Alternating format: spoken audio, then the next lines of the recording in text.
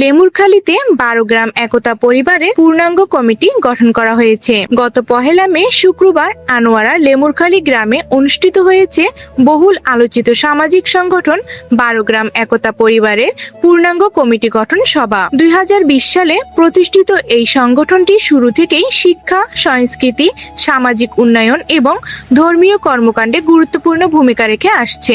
Online এবং সরাসরি কার্যক্রমের মাধ্যমে সংগঠনটি ইতিমধ্যে বিভিন্ন গ্রামে ইতিবাচক প্রভাব ফেলেছে।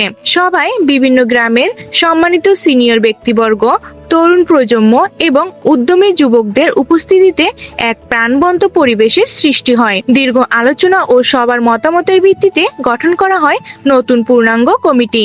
সবাই সংগঠনের লক্ষ্য, নীতিমালা এবং ভবিষ্যৎ পরিকল্পনা নিয়ে বিস্তারিত আলোচনা করা হয়। পাশাপাশি গ্রামগুলোর মধ্যে পারস্পরিক সৌহার্দ্য, সম্প্রীতি ও সেবামূলক কার্যক্রম আরো জোরদার করার উপর গুরুত্বারোপ করা হয়।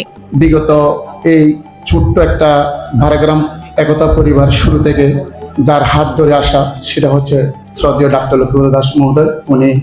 ওনার আমাদের এখনো মনে আছে যে ছাদের নিচে বসে আমরা অলমোস্ট হয়তো মেবি 15-20 জন ওইরকম একটা মানুষের হাত ধরে আমরা একটা বৈঠক করে আমরা এই জিনিসটা একটা উদ্যোগ নেওয়ার সম্ভাবনাময় চালু করি।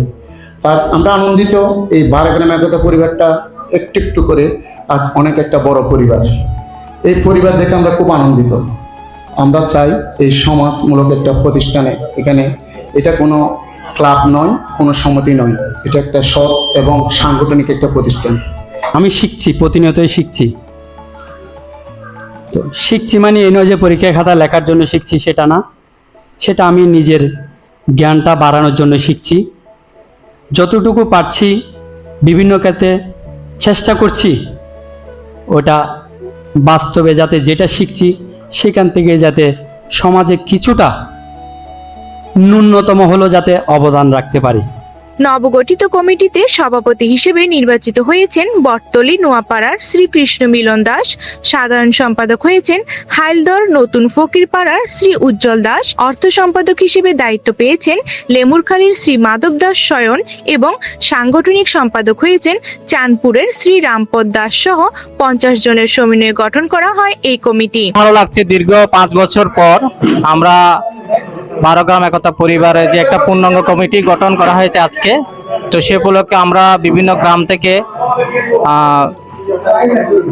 সিনিয়র দাদা থেকে শুরু করে বন্ধু বলেন বা শুভাকাঙ্ক্ষী বলেন সবাই এসেছে স্বতঃস্ফূর্তভাবে। সকাল সেই 11টা থেকে এখানে সবাই উপস্থিত ছিল।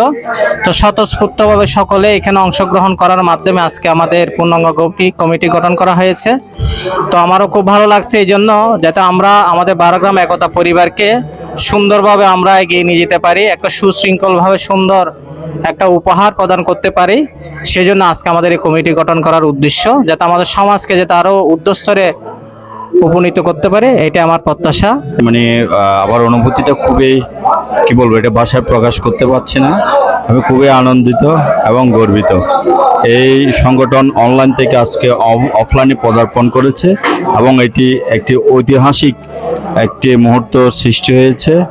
আগামীতে এই সংগঠন একটি মহিরও ধারণ করুক, এর উত্তরোত্তর সফলতা কামনা করছি। আলোচিত এবং হৃদয়ের স্পন্দন বলা যায় 12 গ্রাম একতা পরিবারের দীর্ঘ উপেক্ষিত পূর্ণাঙ্গ কমিটি গঠন করাতে আমরা সবাই খুবই আনন্দিত।